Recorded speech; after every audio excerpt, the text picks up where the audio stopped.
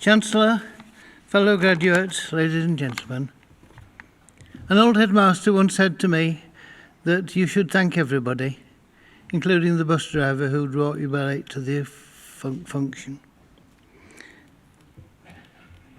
But on a more serious note, I would like to thank the University for the honour bestowed upon me, particularly the tutors and lecturers who worked and made it all possible. I was once told that we're one of 3 companies based on the lecture notes given out by Ron Dodd. Ron Dodd taught heat transfer. He taught us not the esoteric side of heat transfer, as is so common, but the more practical way of solving problems of heat transfer on a plant as it appeared on a day-to-day basis. It is my personal belief that education is the most important thing that we do. It is no accident that the outbreak of the Industrial Revolution started in this country, a country where the literacy was the highest in the world. After leaving the university, I went to work for BTI Chemicals. Many may be wondering what these initials stand for. B, British perhaps? I don't know. But actually it stood for Brian, Ted and Ian, who were the founders of the company. In later years they were taken over by the mammoth American Cyanamid Corporation and became the Bradford Cyanamid plant.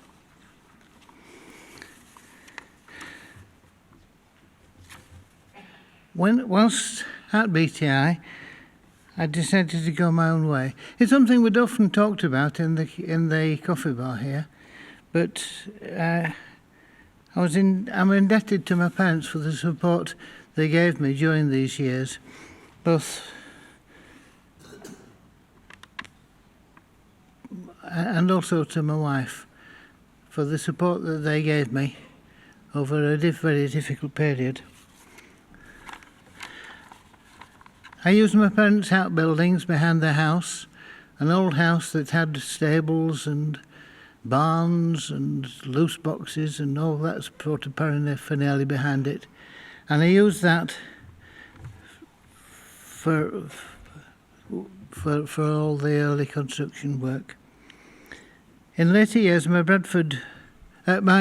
eldest son graduated from Bradford as a chemical engineer, and he has done more than most people to keep the show on the road. During this period, my wife worked on the accounts, the wages and many other aspects of business, and put a great deal of effort into making sure that we complied with the new regulations. And to that I'm eternally grateful.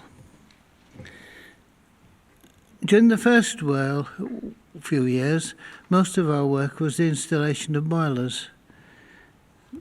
But as the list of equipment grew and we became more and more able to produce complex fabrications, the shell and tube heat exchangers became dominant. Now, prior to the disaster at Flakesborough, an accident that demolished part of the plant, the ethos of the chemical industry changed from how cheaply can you make it to how much assurance can you give us that the equipment will be fit for purpose. Stage inspection by insurance companies became the order of the day. Prior to that it was almost unknown, as did the scrutiny of calculations. Mechanical engineering increased in importance, but the consideration of process problems was soon anticipated. On top of this, our manufacturing methods were subject to revision to make the work safer. All these factors helped our business to grow, and I would like to start, and if I were to start again, I would find it very difficult to comply with all the new regulations. If all this sounds a bit downbeat, our way it should be looked upon as our way forward. It is the continuous demand for people who know what they are doing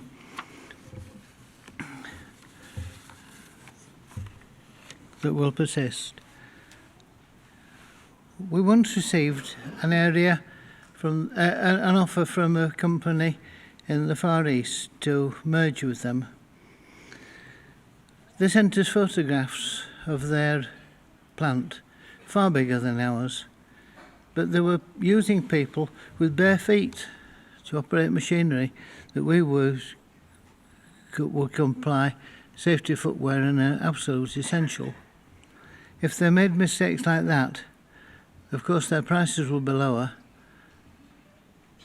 but what other economies have they made? We should be proud of the standards we make and be sure that they are implemented throughout the industry. Vice Chancellor, that concludes my presentation.